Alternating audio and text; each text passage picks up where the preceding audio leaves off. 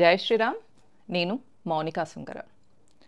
28th May 1883 ఒక విప్లవకారుడు, ఒక వీరుడు, ఒక యోధుడు, ఒక లీడర్, ఒక చీఫ్ అండ్ కమాండర్, ఒక విజనర్, ఒక రెవల్యూషనిస్ట్ ఈ పుణ్య భూమిలో పుట్టిండు అని చెప్పడం అతిశయోక్తి కాదు. అప్రిషియేషన్లో హైప్ కూడా కాదు. ఆ సింధు సింధు పర్యంతం యస్య భారత భూమిక పితృపుణ్య భూశ్చైవ సవై హిందూ ఋతస్మృత. అంటే భారతదేశాన్ని మాతృభూమిగా, పితృభూమిగా లేదా ఈ దేశాన్ని ఒక పుణ్యభూమిగా గుర్తించిన ప్రతి ఒక్కరు కూడా ఈ దేశంలో హిందువులు అని చెప్పారు. అంటే ఆ లెక్కన బుద్ధులు, జైనులు, సిక్కులు, ఫర్ దట్ మ్యాటర్ క్రిస్టియన్స్ అయినా ముస్లిమ్స్ అయినా కూడా ఈ దేశాన్ని పుణ్యభూమిగా గుర్తిస్తే వాళ్ళు హిందూ కిందకు వస్తారు అని చెప్పిన వీరుడు స్వతంత్ర వీర్ సావర్కర్.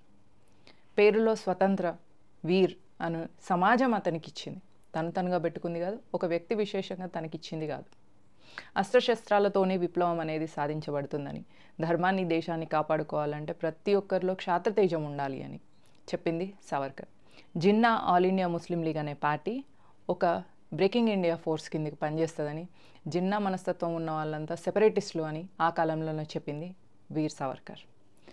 రాష్ట్ర శక్తి అనేది శస్త్రాలలో ఉంటుంది, క్షాత్ర తేజంలో ఉంటుంది అని గుర్తించింది వీరుడు. కాబట్టే స్వతంత్ర వీర్ సావర్కర్కి వీర్ అనేది తన పేరు ముందు వచ్చింది.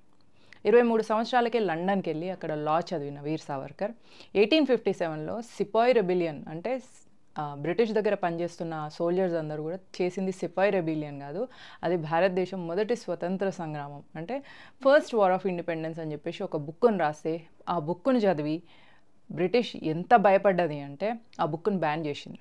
కానీ ఆ బ్యాన్ చేసిన ఆ బుక్ అదేదో ఒక మూవీ లాగా, ఒక CBCID ఏజెంట్ మూవీలలో ఎట్లయితే ఉంటాయో అట్లా హాలండ్ నుంచి ఫ్రాన్స్ నుంచి జర్మనీ నుంచి లాస్ట్కి భారతదేశానికి ఆ బుక్ వచ్చిన తర్వాత చంద్రశేఖర్ ఆజాద్, భగత్ సింగ్, రాజ్గురు, సుఖ్దేవ్ ఇట్లాంటి వీరులకు ప్రేరణనిచ్చింది ఆ బుక్. అట్లాంటి గొప్ప పుస్తకం రాసింది వీర్ సావర్కర్. వీర్ సావర్కర్ ఒక రైటర్, ఒక పోయెట్. 1857లో ఫస్ట్ వార్ ఆఫ్ ఇండిపెండెన్స్ అప్పుడు ఝాన్సీ లక్ష్మీబాయి, నానా తోపే, మంగల్ పాండే లాంటి వాళ్ళందరూ కలిసి ఒక 3 లక్షల మంది బ్రిటిష్ వాళ్ళను ఆడ మగ చిన్న చితక అనేది లేకుండా అందరినీ చంపేసి భారతదేశాన్ని స్వతంత్రం వైపు తీసుకెళ్ళిన తర్వాత ఒక గుప్పెడు మంది బ్రిటిష్ వాళ్ళు బతికి బట్టగట్టి బ్రిటిష్ రాణికి పోయి చెప్పిండ్రు ఇక్కడ జరిగిన చరిత్ర అంతా. అట్లా ఒక 15 నుంచి 30 లక్షల మంది క్రాంతి వీరులు భారతదేశంలో దేశాన తిరిగి దేశానికి స్వతంత్రం తెచ్చిచ్చినప్పుడు 1856 నుంచి 1857 అది మొదటి స్వతంత్ర సంగ్రామ చరిత్ర భారతదేశంలో జరిగిందనే దాన్ని కవర్ కాకుండా దాన్ని ప్రజలందరికీ తెలవాలి అన్న ఉద్దేశంతో ఒక బుక్ రాసింది వీర్ సావర్కర్. కానీ మన దేశంలో దేశద్రోహులకు, ధర్మద్రోహులకు అప్పుడు తక్కువ లేదు, ఇప్పుడు అంతకంటే తక్కువ లేదు. పటియాలా రాజులు కానీ, గ్వాలియర్లో ఉన్న సింధులు కానీ, మన హైదరాబాద్లో ఉన్న నిజాం కానీ వీళ్ళందరూ బ్రిటిష్కి లేఖలు రాసిండు, మీరు రండి, మీకు మేము 20 కోట్ల డబ్బులు ఇస్తాము, అట్ ద సేమ్ టైం మీకు సైన్యం ఇస్తాం, ఎందుకంటే మాలాంటి దేశద్రోహులు ఈ దేశంలో తక్కువేమి ఉండరు కాబట్టి వీళ్ళన్నిటిని తీసుకొని మళ్ళీ మీరు ఈ క్రాంతి వీరులను చంపండి అని చెప్పాను.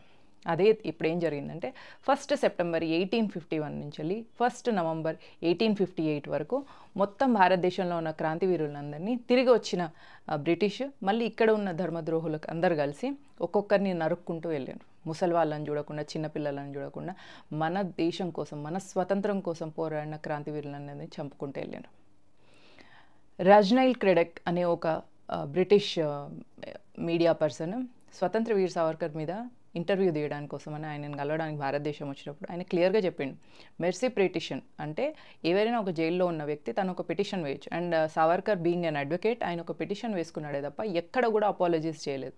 కానీ ఇందాక చెప్పినట్టు మన దగ్గర ధర్మద్రోహులు, దేశద్రోహులు తక్కువ లేరు కాబట్టి వాళ్ళందరూ ఆయన మెర్సీ పిటిషన్ కింద కాళ్ళు మొక్కిండని, బూట్లు నాకిండని ఒక చీప్ నేరేటివ్ని తీసుకొచ్చి వీర సావర్కర్ని ఆయన చరిత్రకు, ఆయన క్యారెక్టర్కి అసాసిన్ చేయడానికి ట్రై చేశాను.